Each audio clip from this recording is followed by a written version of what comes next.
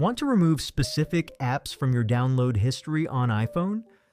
Whether for privacy or organization, it's easy to hide apps from your App Store history. First, open the App Store and make sure you're logged into your Apple ID.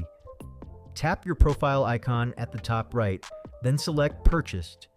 You'll see two sections. All, which lists every app you've ever downloaded, and Not on this iPhone, which shows apps you previously downloaded but aren't currently installed. To hide an app, make sure you're in the All section. Find the app you want to hide, swipe left on it, and tap Hide. Just a note, you can't permanently delete apps from your purchase history. Apple only allows you to hide them, meaning they won't show up in your purchase list or in family sharing, but they'll still be linked to your Apple ID.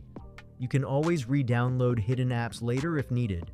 Hiding apps is the best way to clean up your App Store history and keep things more private.